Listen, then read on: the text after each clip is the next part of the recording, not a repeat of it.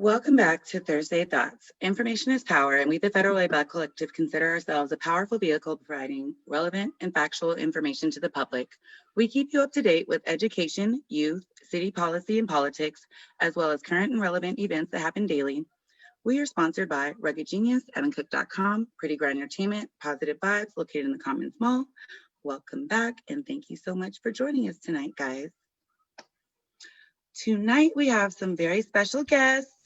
They are with Sound Transit. I want to give you guys an opportunity to introduce yourselves. I'll start with who I know best, Jefferson, and then I'll let you pass the hat. Sounds great.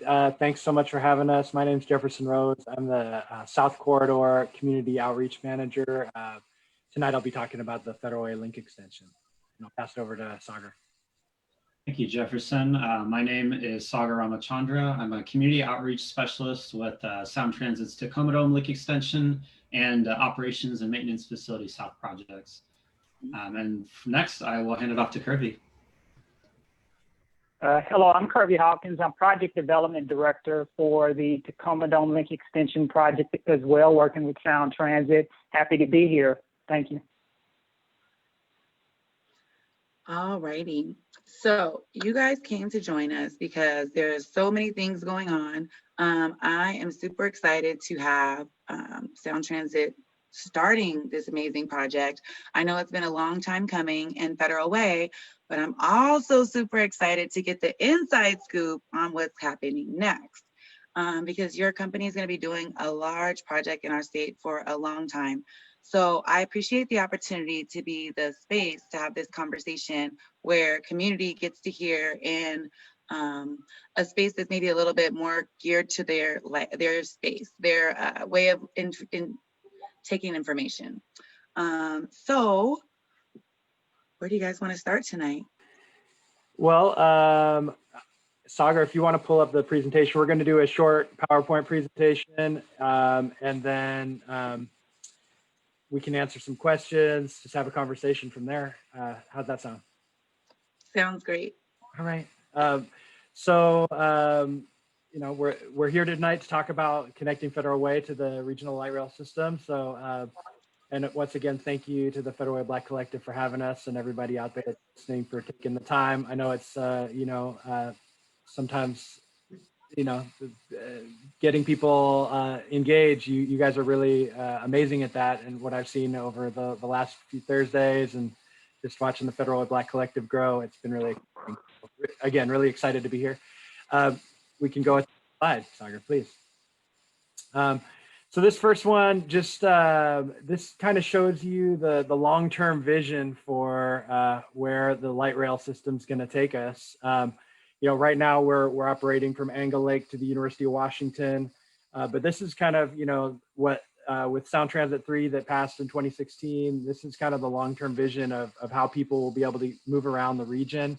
So from all the way up to Everett, all the way down to Tacoma, Community College, out to Redmond, Issaquah, Ballard, West Seattle. So it's kind of being able to hop on the train and get around the 3-county area of Snohomish, King, and Pierce counties. Next slide, please. So I'm going to be talking today specifically about the Federal Way Link Extension.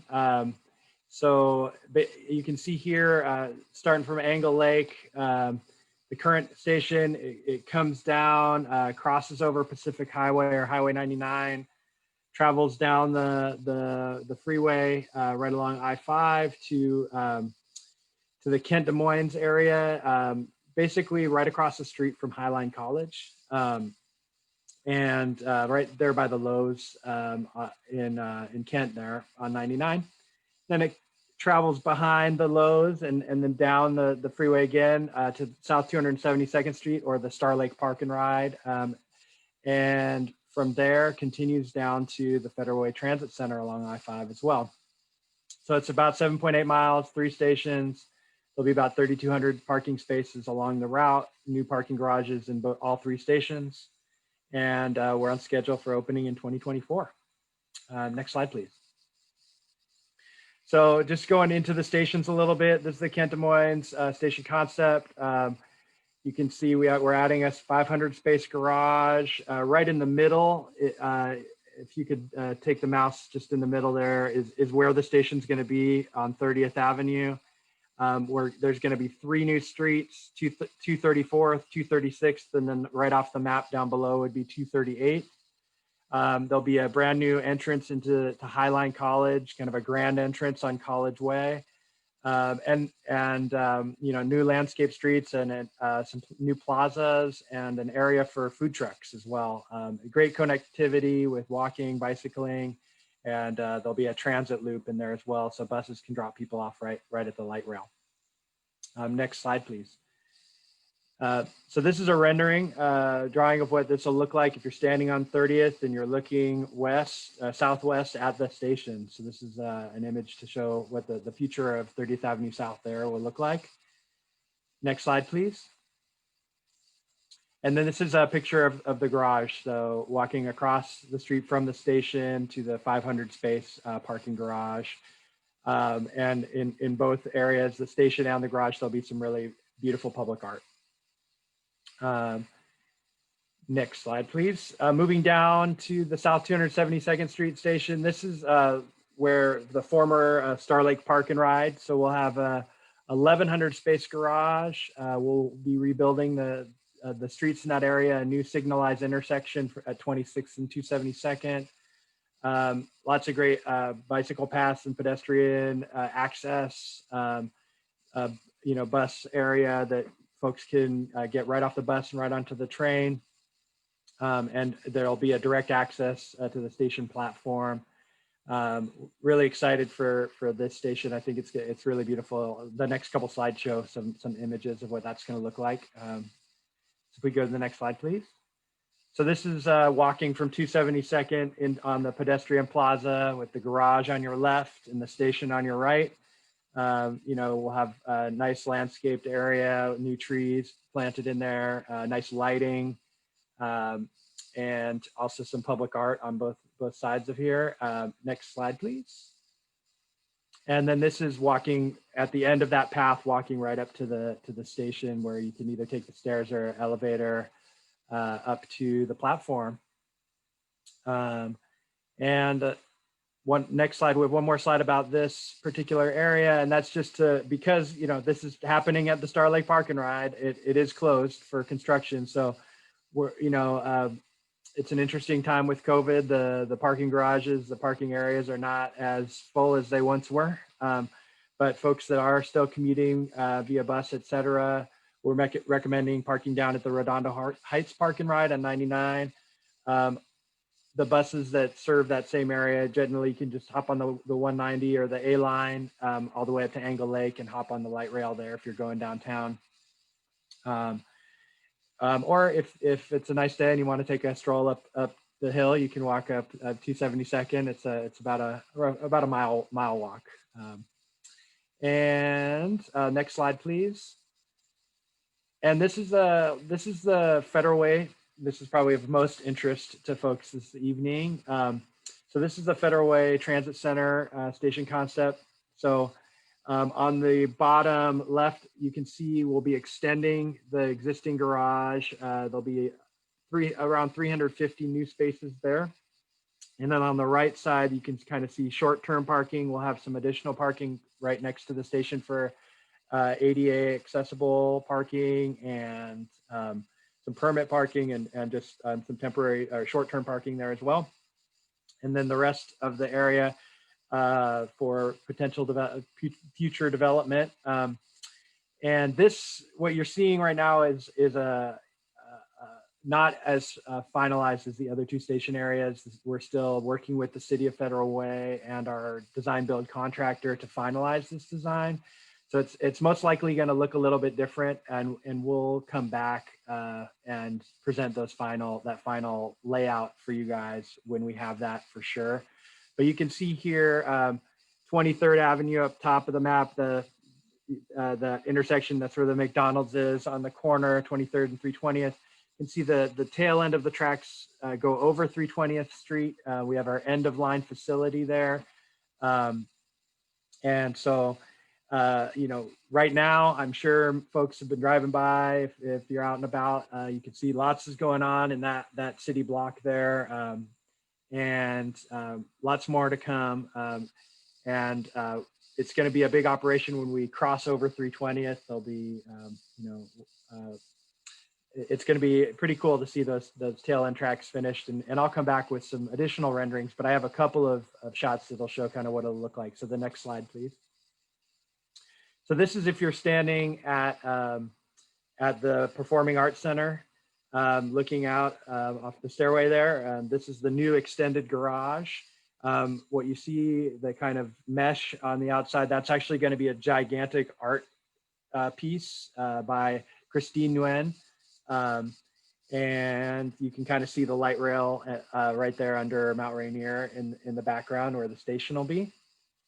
And then the next slide shows, when you walk up into the station, you can see, there'll be easy drop-off area, and there's going to be some really beautiful, there's a world-renowned artist that has artwork in, Grand Central Station in New York City is going to be doing some of the artwork for the Federal Way Transit Center. So we're really excited about that.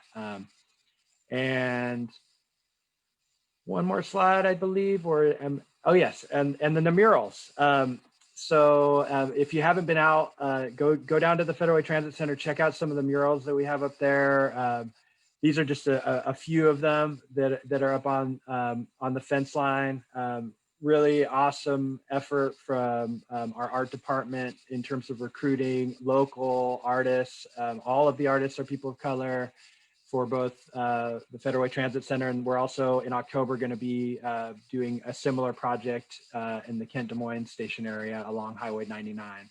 So a lot more artwork, beautification of the area to, we know that you guys are living next to construction for years, and we want to make it, as beautiful as we can, and to show off some of the artistic talent of folks in the area. So with that, I'm going to pass it over to Sagar, and he'll talk about the Tacoma Link extension and also to Kirby. So, guys, I'm going to mute myself now. Thanks, Jefferson. So as I mentioned earlier, I'm on the Tacoma Dome Link Extension project in OMF South. So to give a quick overview, the Tacoma Dome Link Extension project is going to continue from where Federal Way Link Extension is going to end at the transit center. It will extend it south approximately 10 miles. And as part of this project, we're looking at 4 new stations at South Federal Way, around the Costco area, around 348th, at Fife, at Portland Avenue in Tacoma, and then lastly at Tacoma Dome Station. 2 of these stations at South Federal Way and Fife will have new parking added, approximately 500 spaces each. And as part of this project, we're also crossing the Puyallup River. So that's a major component of this project as well. To give an overview of the timeline, I will give a caveat here that since this is a project that's in planning, we are subject to impacts due to COVID, as many other government agencies across the region are facing. We're seeing declines in revenue. Not going to affect the Federal Way Link project in construction. That's more likely going to be on some of these projects in planning. And so these dates are kind of TBD, but they're rough estimates, and they're certainly probably going to change. Our Sound Transit Board is going through a process called realignment, where they're trying to determine project schedules and budgets moving forward. And so we'll have more information to share next year in the summer. So with that, we're currently in the early planning phase right now, indicated in green, and we're specifically in environmental review, where we're trying to get a better sense of the project's impacts to the natural and built environment. And at the end of planning, we'll make a final decision on the routes and stations. Then moves into design, where we finish up final design on the routes and stations. And this is when property acquisition and relocation occurs. And then lastly, construction. And we spend about roughly 5 years in construction, and 1 year is spent in safety testing and pre-operations. And the schedule says start of service 2030 to 2031. I will note that was our pre-COVID schedule, so we'll have a better sense of what the new opening date is over the next year or so.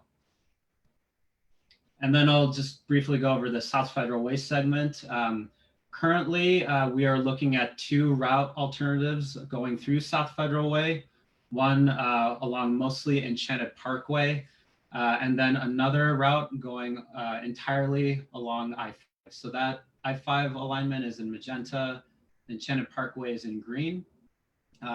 We are looking at 2 station locations at Enchanted Parkway.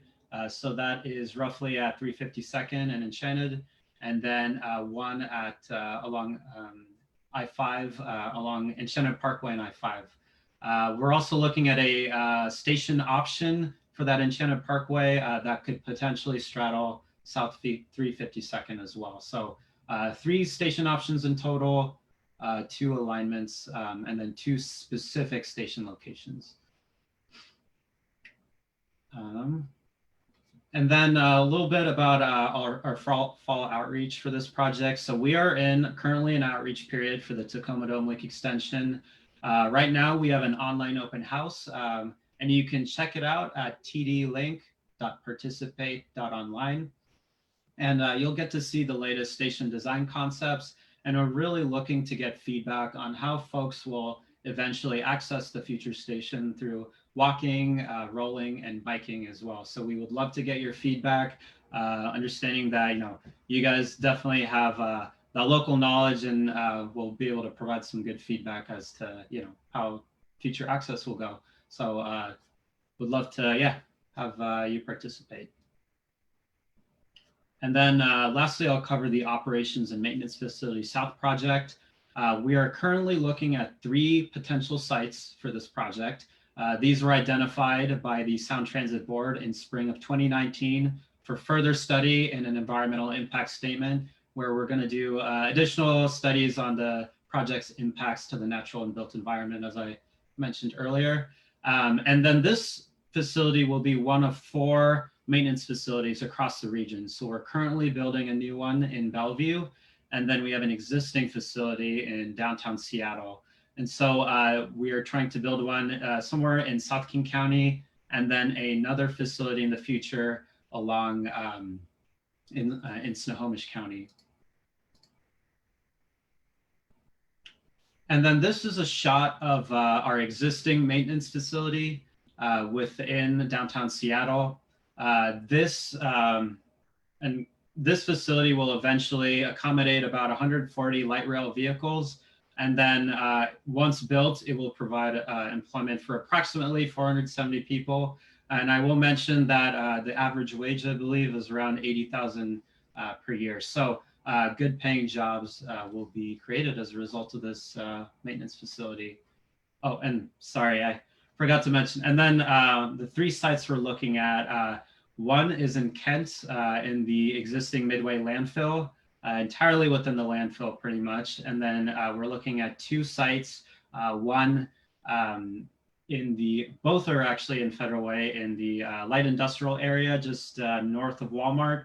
One is mostly on the existing Christian Faith Center. And then the last site is just south of there, once again in that light industrial area. And with that, that concludes the presentation part of our meeting. We'll open it up to Q&A.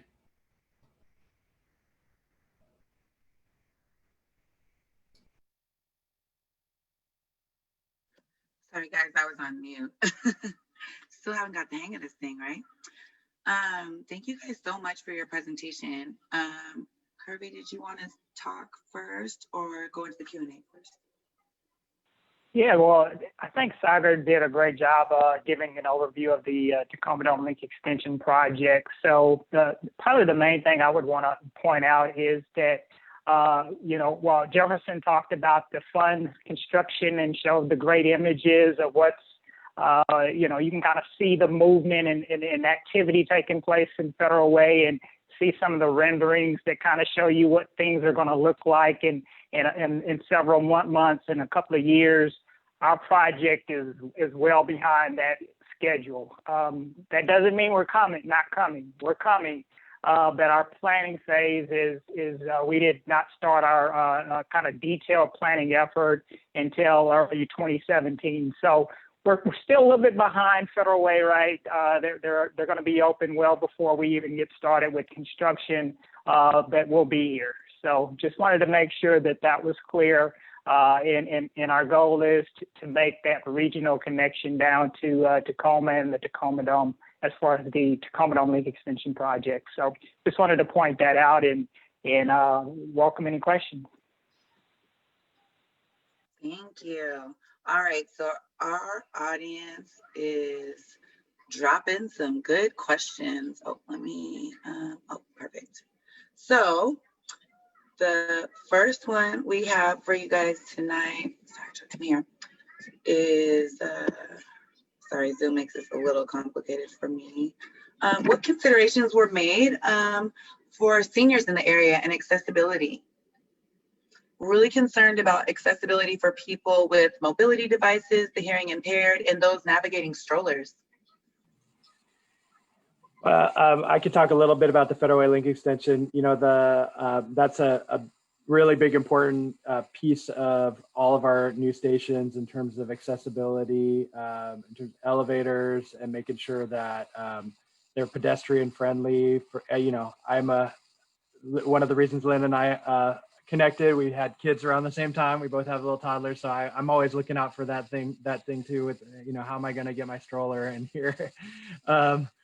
But yeah, there were. That's definitely a big piece of making sure that our stations and the sidewalks and all that are ADA and accessible for you know, things on wheels, so bicycles, strollers, wheelchairs.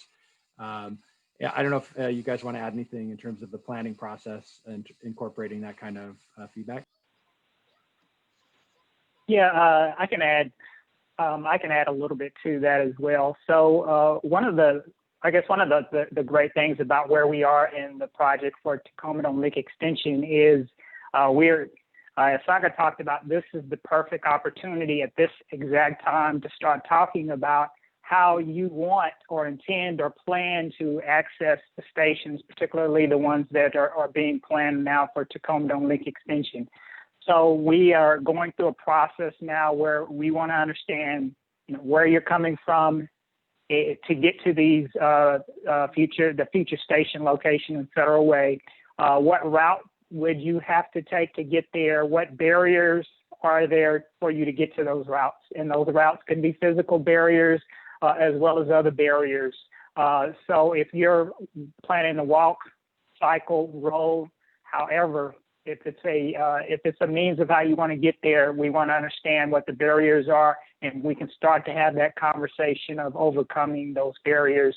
And so great opportunity at this time. And we just started that open house this week for you to start gathering, sharing your opinions so we can gather that information and have this collective conversation as well to kind of overcome those barriers before, you know, we start moving dirt.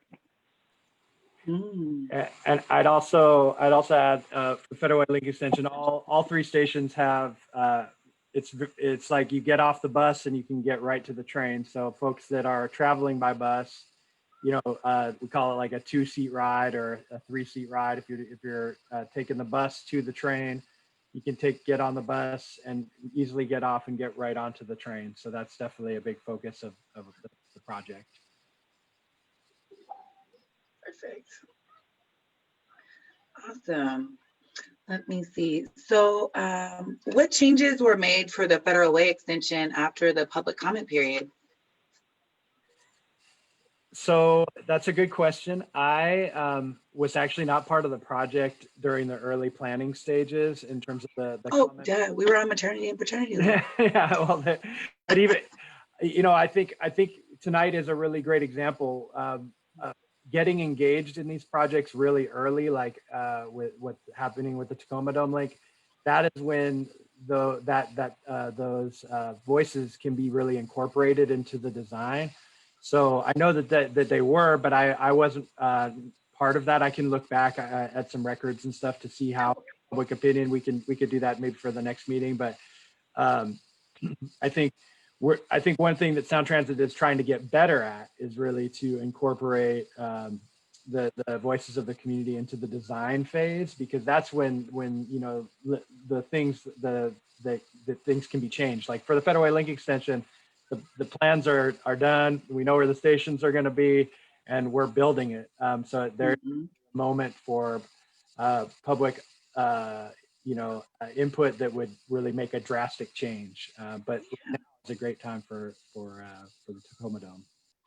I'm very glad that you made that distinction. So what's part of our motto, like information is power. So we often see that same thing when we discuss with people that live here and they're talking about what they want from city council. So the reason I mentioned it, obviously I did know that, Jefferson, but is because I want to be transparent. Like we want to normalize these conversations. The purpose of this, and you scooped me, Jefferson, was to let the community know that this is an ongoing conversation. I'm extremely excited to be able to have these ongoing conversations so these questions can be answered, so that next time the community can be like more prepared now that they've seen these things and they've had this opportunity that they may not have felt they understood how to leverage in the past. So we have a couple other questions coming up, which are gonna probably get into some things that will help that next process. But I'm really, really excited to make sure that's very clear, because I think that is a big shift. So having this is an example of that commitment of saying, hey, we did hear you. So we're going through to do different avenues and channels.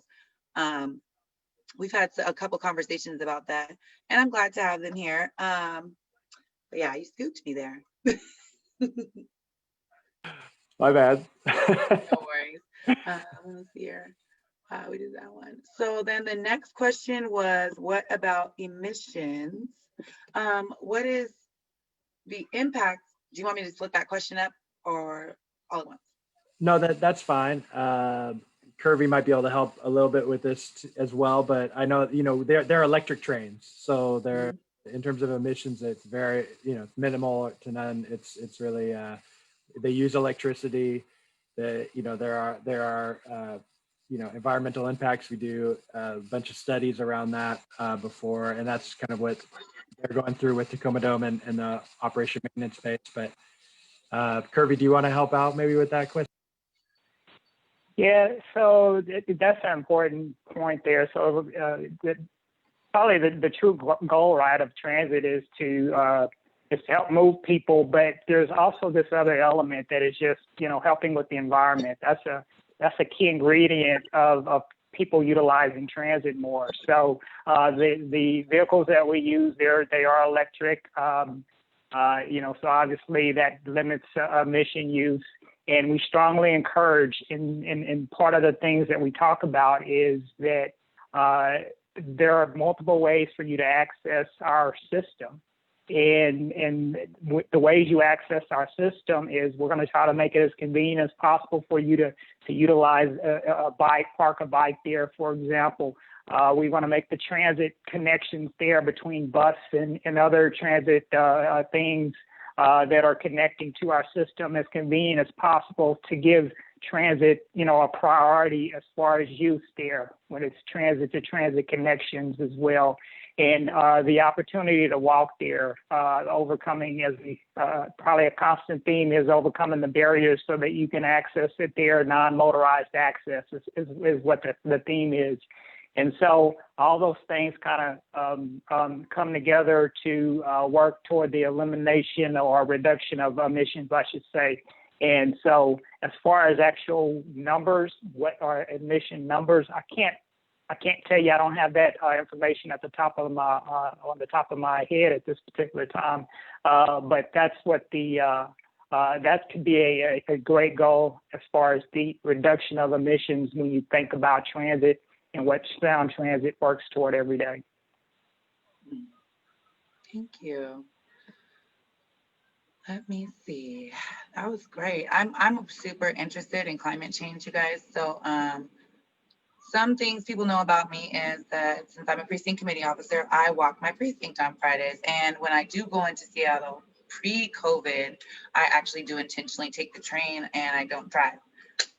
So I'm really excited to have it expand out here because now my commute then becomes either, going to Angle Lake or another mode. And so this will be extremely convenient. And I think that is going to go towards eliminating those emissions, right? Because part of the problem we're having is that the advantage is going north. So for folks that live in the south end, we're still driving to make that link connection, or you're having to get on the sounder. So this will provide a lot of equity in that respect to getting us on that path. And I think that alone, although I'm not like the scientist on the emissions, but I think it will have an effect. The only thing I will say is I think it would have had a greater effect and impact pre-COVID. I will be very honest and transparent about that. But I'm excited because as this project grows, obviously we'll have more science and data with us so we can gather in safe ways soon. Let me see. What's the next one? So has there been an intentional effort to recruit Black, Indigenous, people of color bids in the construction and planning of the light rail? And I'm going to say that let's assume that this is for the Tacoma link. Because it sounds like if we ask it for the federal way, that's kind of a moot point, which I understand, or no? No, I think well, Kirby, you can, or Sagar, you can answer first for Tacoma Dome, and I can answer about the federal way. Sagar, I'll let you start, and if you need me to add as well. So I can at least, I know there's a question about input from, getting input from Black, Indigenous, and people of color. Maybe I can address that in Kirby if you can handle the question on bids for construction and planning. But generally, we have been trying to make a more intentional effort of trying to get input from a more diverse range of folks. In our traditional formats, as you may know, they're not super representative. So some of the strategies we're trying to do is just doing presentations like this to more other community groups. And then in terms of languages, we do translate our common materials like fact sheets, comment forms, and other such things into, in addition to English, Spanish, Vietnamese, Korean, Cambodian, and Russian. And then for our online open house right now, we have the site fully translated into Spanish, Korean, and Vietnamese. And we're hoping that'll help, just broaden that outreach and get more of a, representative kind of input. And besides that, we're always trying to do community events and trying to meet folks where they are rather than trying to create something out of thin air. And so examples of this, are community festivals, farmers markets, and so on. And yeah, I think that wraps it up. And then Kirby, if you want to talk about construction bids and planning. Well, we're not into construction, so we do obviously make goals. That's a commitment from Sound Transit. It's not just a commitment; it's a requirement that we have to have goals. I will tell you that even in the planning phase, we have commitments as well. So part of our effort in the planning phase, when we went out for a contract to actually do the environmental study, which is the process that we're in now, we have a goal that we had to meet for disadvantaged businesses and small businesses, 2 separate goals, and we are meeting those goals. Those goals are 16 and 13% respectively, small business to disadvantaged businesses. And we are meeting those goals. We're more than meeting those, we're exceeding those goals. So there's a commitment within this project. As the project director myself, I watch those goals carefully to make sure that the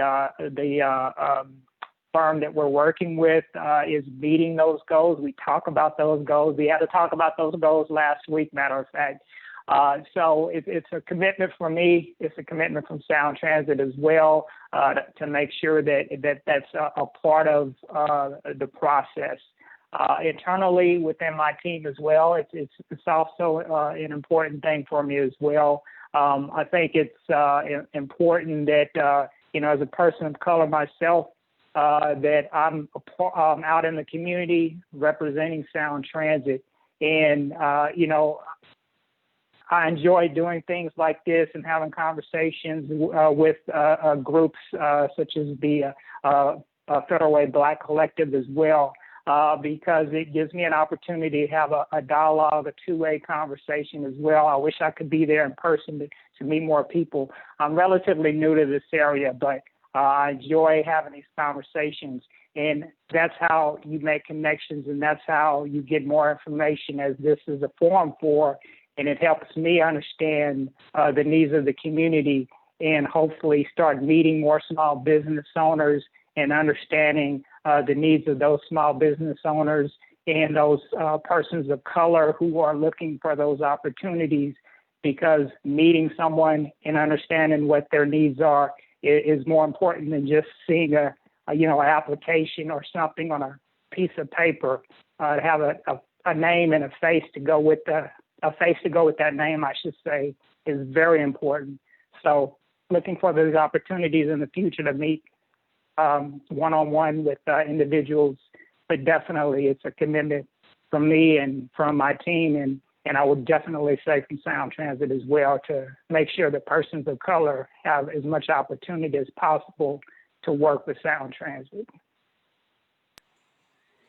And I'll just add, in terms of construction, I know that I brought some materials over to Lynn earlier today or last month when we met, but we have a pretty robust apprenticeship program that folks who are interested in getting into the trades can participate in.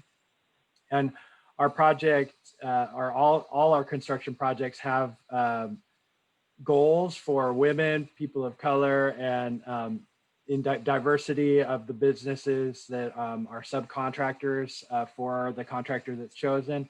So we have specific guidelines, and right now we are either exceeding them or very close to hitting all of our goals on the project. And I'd be happy to provide those specific statistics. I know I had them for you at our last meeting, Lynn. I was just looking through my book to find them, but I didn't see them right off the bat. But I'd be happy to bring those for the next meeting as well, and give you kind of an update of where things are at. Definitely, that was great, and I really appreciate that. So just to give you guys some background, there is a community meeting that not communities, but we social distance. So there was a small 2 to 3 people that met with Jefferson just to highlight and figure out how we would go through moving this forward, how we can make sure community voices was heard. And so I think you all were asking for that. We've seen it on Facebook forums. There's so many Facebook groups in Federal Way where people ask questions. And one thing I struggle with is the lack of effectiveness in there. Like, we can all talk to each other on a comment, on a thread, but it's interesting to me that people will dedicate tons of amount of time to that, but they are not really realizing that it's not getting to the people that can do something about that information. So I felt fortunate to have an opportunity to meet with Jefferson and my team so we could strategize a way to make sure that Federal Way could actually leverage these opportunities and the Black Collective be a vehicle to offer that to the community. So we're really excited about that. Does anyone, I don't want to miss anyone to answering that question. It was a good conversation. Okay. Let me see here. So that was regarding the construction and planning. The next question is similar. Are you making an intentional effort to get input or in outreach in various languages?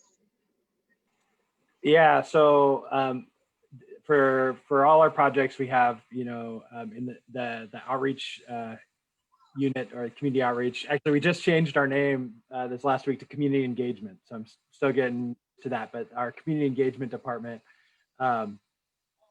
we, one of the reasons that I know that I was brought onto the project, I'm a fluent Spanish speaker. So it's, I brought that to the table in terms of being able to communicate. I was out in the field today, spoke Spanish a few times to some residents, some concerned residents along the route.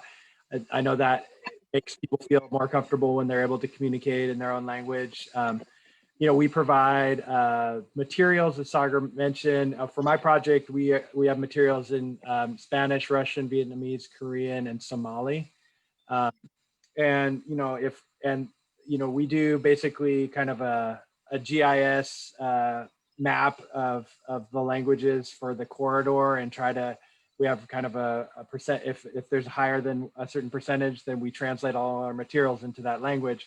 But given the flexibility at Sound Transit, if we are out in the field and we notice, hey, there's this, we're not serving this community, we need to translate our materials. For example, Somali didn't come up as one of those languages, but I know just from being out in the field, there's a ton of Somali folks. So our materials translated into Somali as well. And so, I just released a video that showed some similar images to tonight. It kind of goes over the project a little bit more in depth. And there's subtitles in those 5 languages available on the presentation. But I'm working with our language specialist. We're going to be releasing that same video in Korean, in Spanish, and in Vietnamese, so that people can hear it in their native language, and not because there are also folks that are maybe sight impaired that won't be able to get the language or to read the subtitles. So we want it to be accessible to as many people as possible. And I'll let you. So I have a question then. So just not to interrupt, but so you said that you look at data, and if it's over 30%, you guys look into that. So the languages that you guys are applying, that means that that's a lot of people. No, not 30%. I think it used to be 3%, and now it's I think we're looking at any 3 to 5% of the population in that area. So actually, we're trying to lower it so that it doesn't have to be a large population to actually translate it. Oh, thank you. Yeah. I don't know, Sagar, Kirby, if you have anything to add. I'll just add, in addition to what I said earlier, I think, despite this pandemic, I think we do have a unique opportunity to make a lot more of our events virtual. And we're hoping that that'll really lower the barrier for participation compared to our in-person events that we've had in the past. So we're trying out new formats. I mean, just today we had a listening session with the Asia Pacific Cultural Center, and we're hoping to replicate that format with other community groups as well. So I think that might be something that would be great to do with the Black Collective and other community groups as well. So I will just add that. Cool. So let's take a look, guys. We have another question here from the audience. Oh, I'm sorry, Kirby. Did you want to answer that? No, I think Jefferson and Sagar did a great job responding.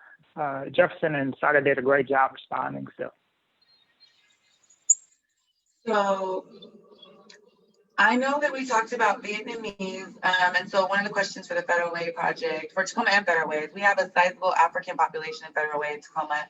Would be nice to have materials in East African dialects and do outreach to the community orgs that serve those communities to ensure they have a voice.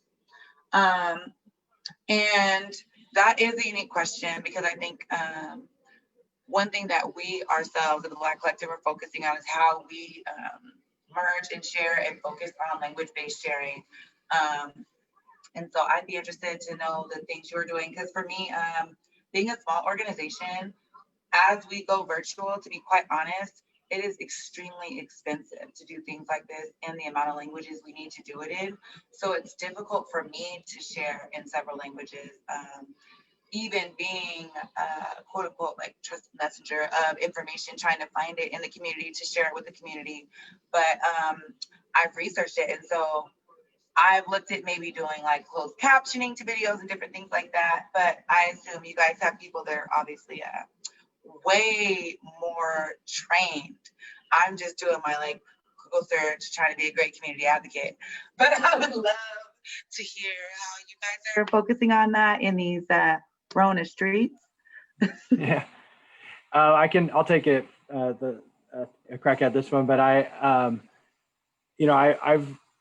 this is a really close to my heart issue in terms of access to information. I come from the social service world, where meeting people where they're at is really the best way to get information out. And so I've really searched out organizations in South King County in terms of the specific to the African population. I mentioned translating materials into Somali, but I've also presented to the Somali Health Board, to the Refugee Women's Alliance. I'm trying to think of some other organizations. The Multi-Service Center. There's a lot of organizations doing really great work out there. And like Lynn, you were just talking about the trusted messenger model. It's really great when we can connect with, when I presented to the Refugee Women's Alliance, and there were folks in the audience that I think they have 56 languages that they serve there or something. And folks in the audience said, hey, I live in Kent, or I live in Des Moines. That's going to be great for me to get on the light rail there. I'll share this information with my clients, So we're really trying to get the word out as best we can and it is more challenging these days with COVID. We used to do the roadshow and just go to, staff meetings and things like that. But we're obviously willing to continue to do that. And this is my first time doing it over Zoom like this, but I would love to do more of this with other organizations. And, I know that Sagar's looking to do the same here in Federal Way and also down in Tacoma. Well, I definitely want to share, so with that good segue, that we are going to continue this conversation. I think we've talked about at least doing it quarterly to keep people updated. So as you're looking through in the city and you're like, whoa, what's up with that? Definitely feel free to hit us up. We can connect with Jefferson or Sagar and be like, hey, notice this on the street, got a question. We want to help you guys get those things answered. You can always, they have a new group where they share information on Facebook. So Sound Transit's definitely doing a lot of things to pivot how they share information in these virtual times. I was just going to say, please join the Federal Way Link Extension. We have a Facebook group, Federal Way Link Extension. So we share information there. We also have a listserv where you can sign up. We send out periodic email updates as well. We can share that in the chat, or we can chat it here on Zoom and have send that over to the Facebook group.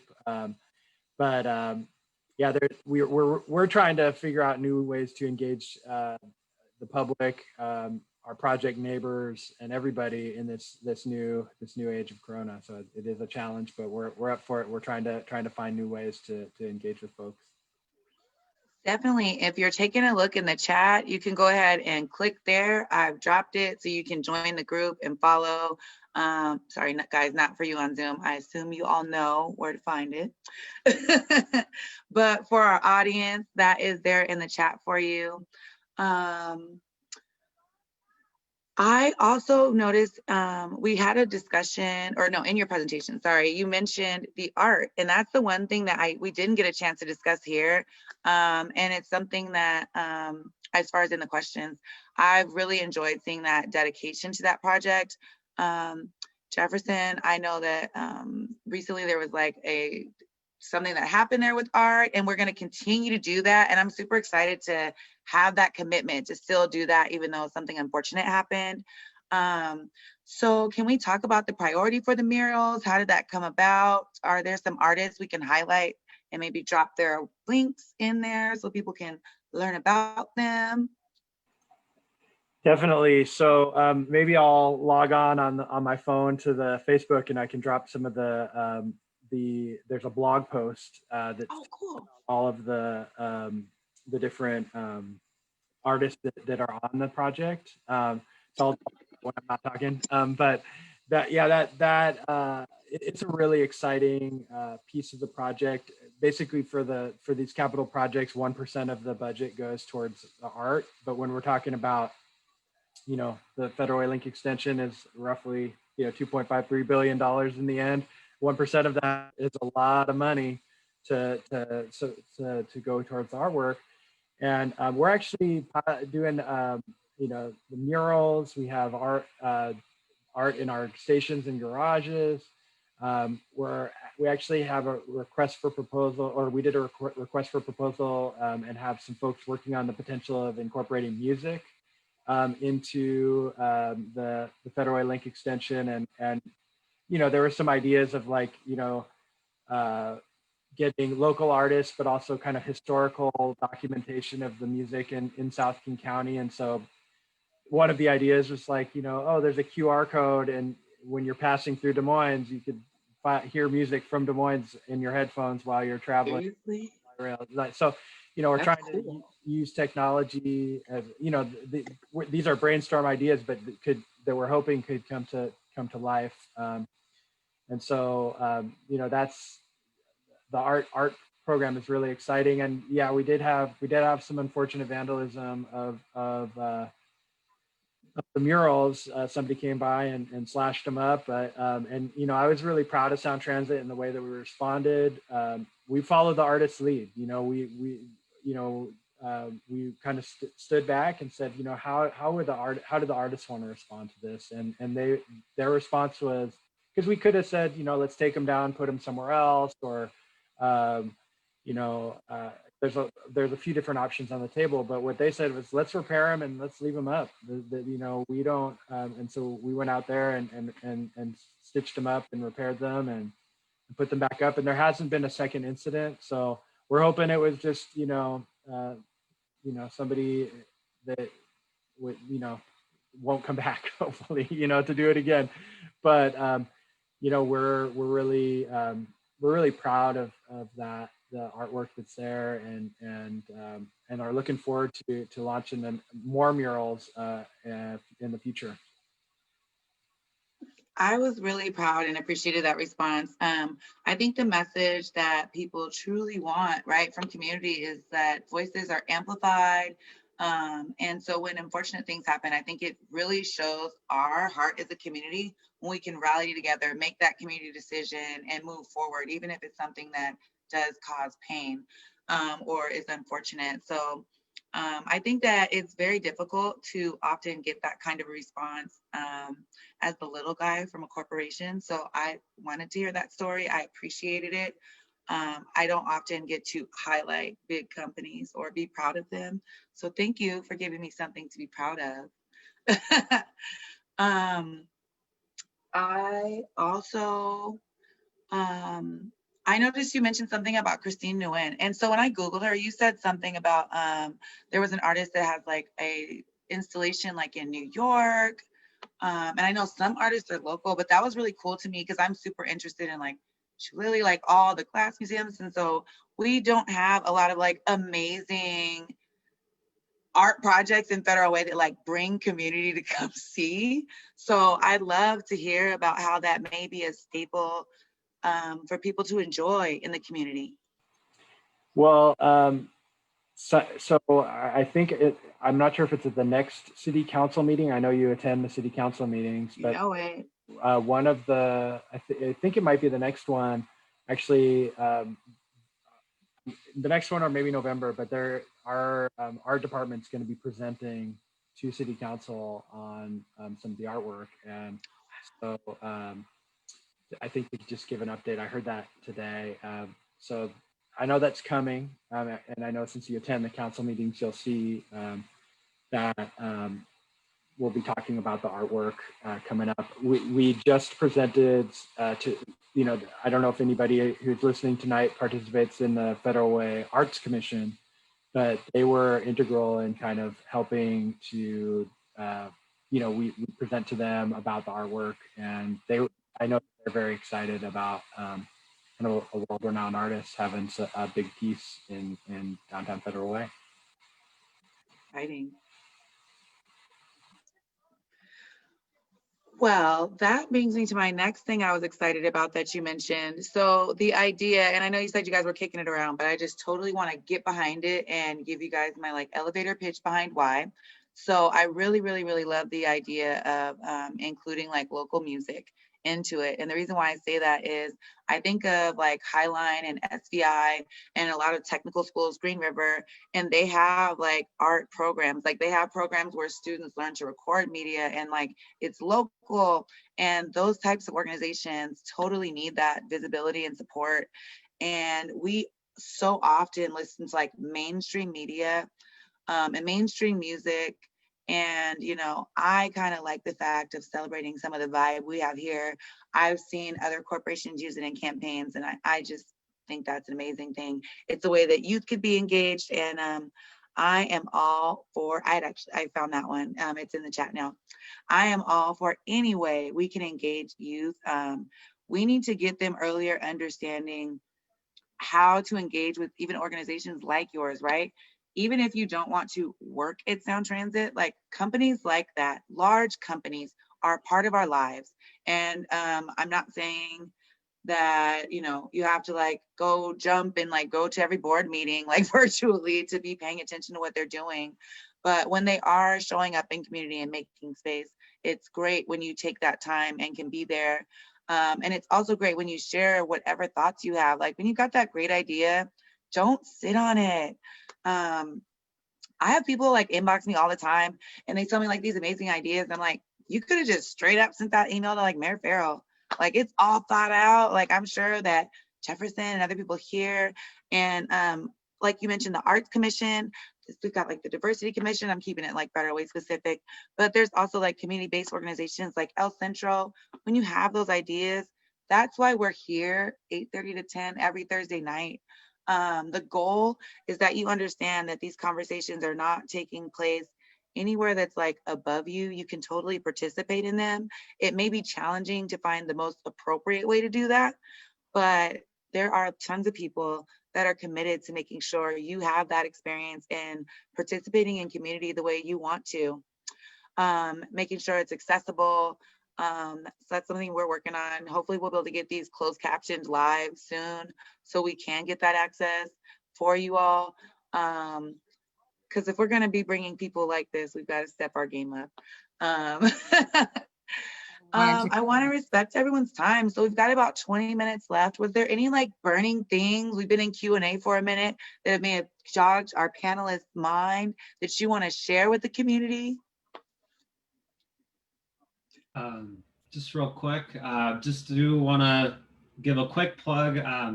We're always looking for suggestions for community groups to reach out to. And another one of our goals for expanding our audience for input is also doing more youth outreach. So especially on the Tacoma Dome Lake extension, these are the folks that are going to be the future writers of our system. So we're very much interested in doing some youth outreach. So far, we really focused on ways to do some remote outreach through the use of handing out activity packets with like coloring pads and just basic information about the project. So if there's any community organizations or anything like that that you can suggest, we're more than happy to listen and try to reach out to them. Definitely. I would definitely suggest El Centro. I would, for, you know, as far as like that community, I'm not sure if you had conversations with them. I definitely know like Multi-Service Center has a strong relationship with obviously veterans. William J. Woods-House, excuse me. William J. Woods. Yeah, see, I was gonna fake that, but thanks, Lindsay. Sorry, MSC. We really appreciate the work you guys do. I'm trying to think of other areas that we know would be great. Well, I have one comes with him. that I'm two events that are coming up that that I'm really excited about.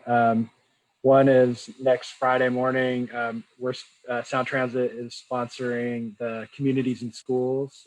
They're having their fundraiser, and then on October 15th, we'll be sponsoring the Multi-Service Center fundraiser as well. So we're really excited to be partners with communities and schools and multi-service center for their fundraising events. And I think there's an opportunity to, as Sagar mentioned, we're always looking for opportunities to connect with new audiences. One thing that I wanted to say, this is a different topic, but this has been a really, really positive conversation, and it's really exciting. Both of these projects, we're really excited to bring this information. As I'm in construction outreach. Federal Link Extension is a big project, and I just want to recognize, it is a giant construction project, and it is disruptive to the community. It's not, I don't want to sugarcoat it, especially folks that are living right next to our construction project. There's demolition, there's big trucks, so I don't want to minimize that. I just want to be honest with folks. There'll be times where there's going to be some traffic impacts. There's going to be times, we're going to be rebuilding streets, and you're going to want to get to that spot, and you're going to need to be there in 5 minutes, and I just want to let folks know that just to be patient, and if something is really negatively affecting your life from our end, from our construction project, those I want to know, so that there are certain things that I can address with the contractor, and so that I as community outreach or community engagement, our department, we're really kind of the voice at the table with the contractor on behalf of the community. So if something's going on, then we can bring that to the table and say, hey, can you work with this community member on the issue that they're experiencing, or kind of to go between folks. So just want to offer that service, and also just make sure that we're being honest and about the impacts, because they are real, and I want to make sure that people are aware of them. Thank you. So I do want to note, if you are watching the chat, I did go in, I'm looking for it, but I haven't been able to find the one for communities and schools, but I did drop the link for the multi-service center fundraiser, so you guys can check that out. Actually, I'm not sure anyone knows this, but that is actually where the Federally Black Collective's offices are. So we will obviously be there. They are our community partner. We support them. We are proud to be supported by them, and we enjoy that. We want to make sure that if you don't know about their resources, they provide a ton of resources in the community. We're excited to expand our programming eventually and what we do with them. So please go out and support that. We'll also be at the Communities and Schools fundraiser. It'll be our 3rd year attending. So we're just all on the same page. You guys didn't even know that. This was a comment in the chat. Youth outreach is awesome. Great organizations to also support: the Boys and Girls Club, El Centro, Phenomenal She, the Federal Youth Action Team, Multi-Service Center, Ambitions is Priceless, Progress Pushers, and Guiding Youth for Life as well. Thank you so much, audience, for sharing those names, for sharing the partners, because that means that they're reaching out there, right? Because you guys are shouting them out in here tonight, so we know that they know how to reach community. So we appreciate that. Yeah. I really want to thank you guys for coming on tonight. You guys are amazing and doing amazing things within Federal Way community and in the community in general. I really want to thank everyone for tuning in tonight, and for Lynn for being the heavy lifter tonight and leading the conversation. So next week, we are going to talk about distance learning and also really dive into the conversation of what the Black Collective is doing. So we're going to have Natalia come on, and she's going to break down the curriculums that we're going to go through and what it looks like to be enrolled within her program. So I hope that you guys stay tuned for next week. I look forward to seeing you, and I can't wait to see all the comments and questions for next week. We'll see you next week, next Thursday. Thursday Thoughts. Thank you.